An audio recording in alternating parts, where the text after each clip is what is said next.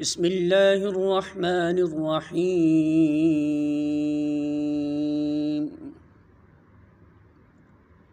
یا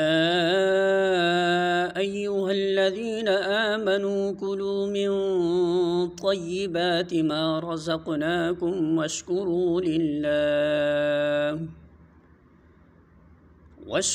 للہ ان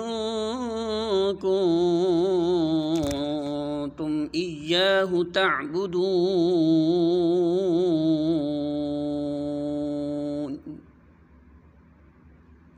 سورہ بقرہ آیت نمبر 172۔ ترجمہ: اے لوگو جو ایمان لائے ہو، اگر تم حقیقت میں اللہ ہی کی بندگی کرنے والے ہو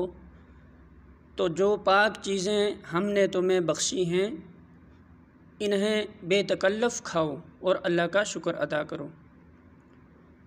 یعنی کہ اگر تم ایمان لا کر صرف خدائی قانون کے پیرو بن چکے ہو جیسا کہ تمہارا دعویٰ ہے، تو پھر وہ ساری چھوت چھات اور زمانہ جاہلیت کی وہ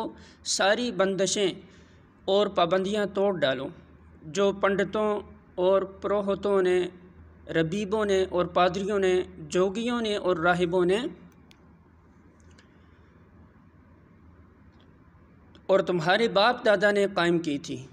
جو کچھ خدا نے حرام کیا ہے اس سے تو ضرور بچو، مگر جن چیزوں کو خدا نے حلال کیا ہے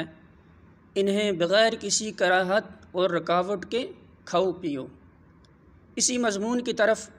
نبی کریم صلی اللہ علیہ وسلم کی وہ حدیث بھی اشارہ کرتی ہے جس میں آپ صلی اللہ علیہ وسلم نے ارشاد فرمایا کہ من صلی صلاتنا واستقبل قبلتنا واکل ذبیحتنا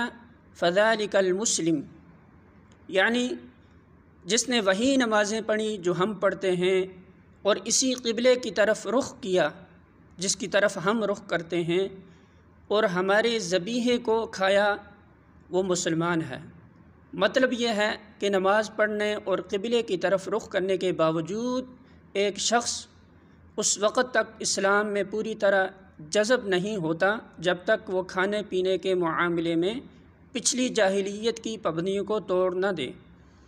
اور ان توہمات کی بندشوں سے آزاد نہ ہو جائے جو اہل جاہلیت نے قائم کر رکھی تھی، کیونکہ اس کا ان پابندیوں پر قائم رہنا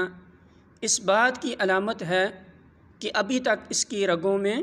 جاہلیت کا زہر موجود ہے۔